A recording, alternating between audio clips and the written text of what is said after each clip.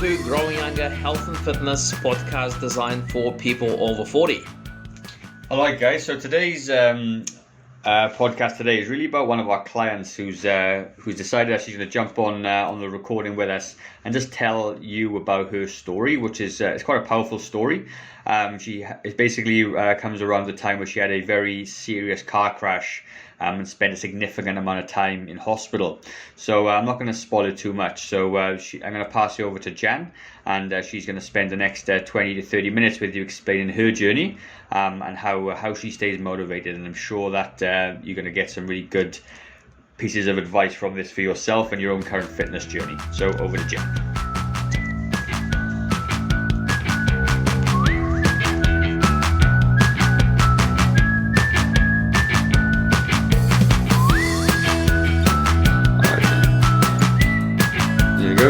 Hello guys, it's Gavin here from Growing Younger, and this is one of our clients, Jan. So I've asked Jan to come and do a bit of an interview with us, just to share her story a little bit, because at Growing Younger we kind of talk about weight loss a lot. And my camera's playing up, so I'll turn that off. Turn it back on. But like exercise and fitness isn't always about weight loss. Sometimes it's about functionality. It's about improving your quality of life. So Jan's got a really cool story. She's done fantastic with us. And one of her goals wasn't actually weight loss. It was obviously other things, which we'll talk about in a second. So thanks, Jan, for popping on today. So very appreciated. So what I'm going to ask really, Jan, if it's okay with you, just tell us a bit about like your backstory and stuff. Like what was it, really, what was it that happened in your life for you to start looking for some kind of fitness program? Okay, well, my background is that I'm a retired special needs teacher. I'm a mother, I'm a stepmother, I'm all of those things that we get to be when we're older. For me, life took a sudden, very dramatic turn 20 years ago. I was the only survivor of a head-on car crash out on the open road. So I guess when you think about it, I've survived a crash of an impact of about 160 miles an hour, Ks an hour. That event saw me in hospital for about 5 weeks with really significant injuries, multiple breaks to just about every part of my body. And I ended up spending, after hospital, I spent about 4 months in a rehab unit before I was able to put my feet on the ground. So I had a whole lot of injuries to contend with and a lot of sadness. And all in all, it was a year before I was able to get back to work full time. I had extensive therapy after the accident. I spent about 20 weeks of the following year meeting at a gym 3 times a week with a personal trainer just to get me mobile and active and back into life. So that is my backstory. And wow, that's who I am. That is incredible. Yeah, that is incredible. I mean, there's a lot of hardship there for sure. So with your, can you just tell us about kind of the injuries, the most significant injuries you had? I had multiple breaks to my right leg, smashed up left foot, broken collarbone, smashed up face. I've got a titanium eye socket. I bet you didn't know that. I didn't know that. No, wow, you never tell. Punctured lungs, broken ribs, you name it. It was pretty awful. Wow. Yeah, that's massive. And I see that was 20 years ago, wasn't it, you said? Yes. Yeah, it's cool. So, like, obviously, you worked with a trainer before and you kind of got back to functionality. And to be honest, by looking at you probably wouldn't know that you had those injuries, So I'm guessing, like, health and fitness and being active and mobile was a big part of your life for the last 20 years, I'd imagine, isn't it? Yeah. Yeah, absolutely. I wanted to get back into life as well and as soon as I could. So, yeah, I worked pretty hard at it during those years, but then in the meantime, life gets in the way and you get busy and you slide off a little bit. Yeah, for sure. So like obviously it's a little bit off tangent, right? But like if you hadn't maintained like a healthy lifestyle after that crash, like what do you think would have been the result of that? Where do you think you'd have been if you hadn't done, active lifestyle strength and that kind of thing? Probably sitting in a corner feeling quite sorry for myself. Yeah. And that was never going to be a possibility. Yeah, good. Now you got a really good mindset, which is really cool. So, like, obviously, then 20 years fast forward, you obviously you find out about what we do at Growing Younger and stuff. So, what were you kind of struggling with before you came to us? Like, what was it, the factors around joining us? Probably another crisis in a way, although nothing as dramatic as the original one. I've had several surgeries over the years, just correcting things that have gone wrong with the plates and pins and stuff that I'm wearing inside. The latest was meeting with a surgeon about 18 months ago. I was having trouble with my ankle. I'd been doing a lot of walking and a lot of step climbing in an effort to stay fit. And what she found out as she was preparing to operate was that my left ankle is so badly damaged that if she did anything to it at all, she would have to fuse it permanently. So there'd be no rotation, no movement. And that terrified me. I like being active. I like being out in the world. And I went back to my doctor and talked about how else I could keep fit. I've got other issues with osteoporosis, which is quite advanced. So weight-bearing exercise is really important for that. But I needed to find somewhere that I could keep my ankles safe. I actually, advertisement to you, I saw your advertisements on Facebook, talked to my doctor. He said, yep, that sounds like a worthwhile thing to give a go. So that's what got me into the gym again. Very good, fantastic.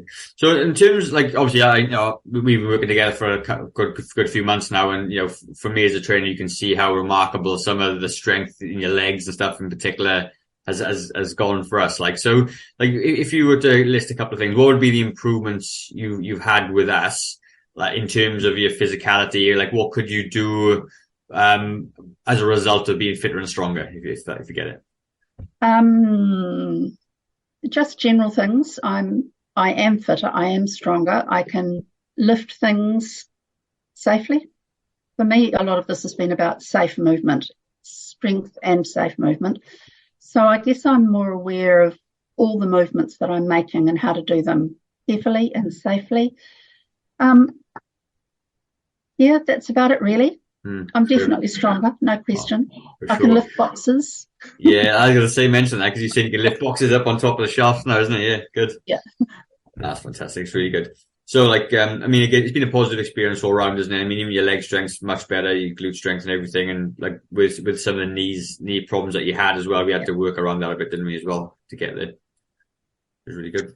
So in daily life then, like, how is it translated across? Because like what I say to a lot of people is that when you're strengthening yourself in the gym, even though it's a little bit boring sometimes, doing squats, going through the motions, same kind of exercises, like, but what I say is it's about building a reserve for life. Do you know what I mean? So if you do 10 squats in the gym and you need to squat once outside the gym, then obviously you got a reserve.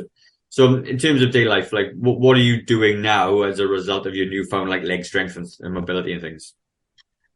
Probably, if I'm honest, not anything greatly different. My endurance has improved and I can do things for longer, and I can do things that involve, as I say, heavier lifting and such like. I don't go walking as much because that was one of the things that I was having problems before, but I do keep up my walking.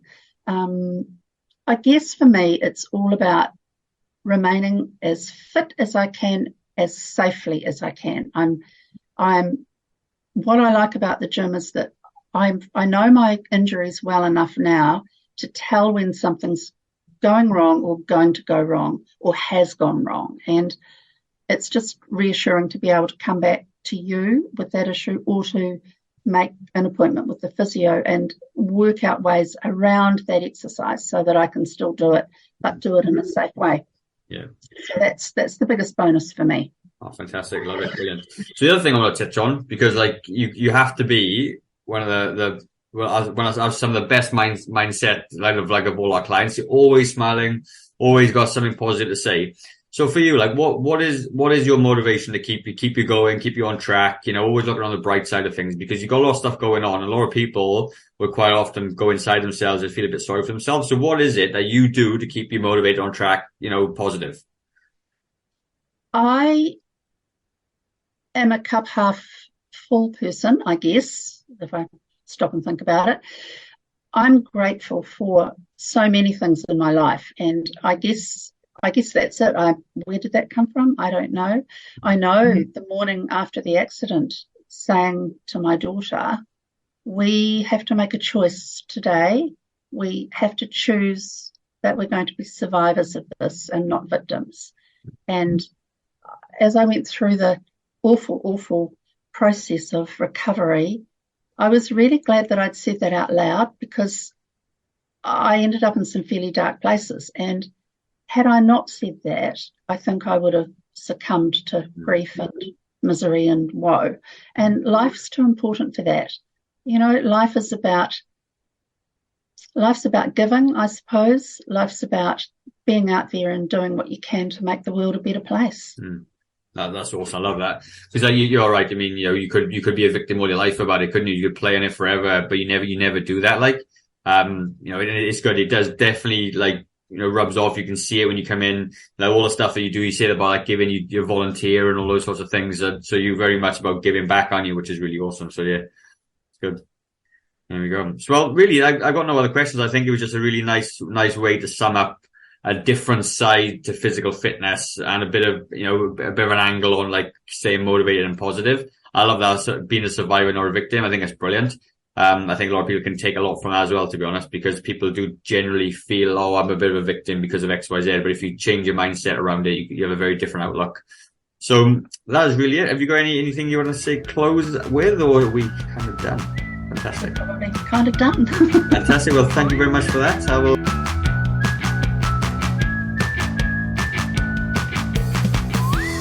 Okay, guys, so I hope you found the podcast of value. If you did and you're struggling with your own health and fitness journey, there's a link in the description for a free discovery call with me. And that free discovery call, we're going to cover off a little bit about you, your history, your goals, what you want to achieve, and maybe we can help you or not with your own health and fitness goal. So if that does sound like something that you'd like to do, then click on the link in the description, and I look forward to chatting to you in the very near future. Have a good day, guys. Bye-bye.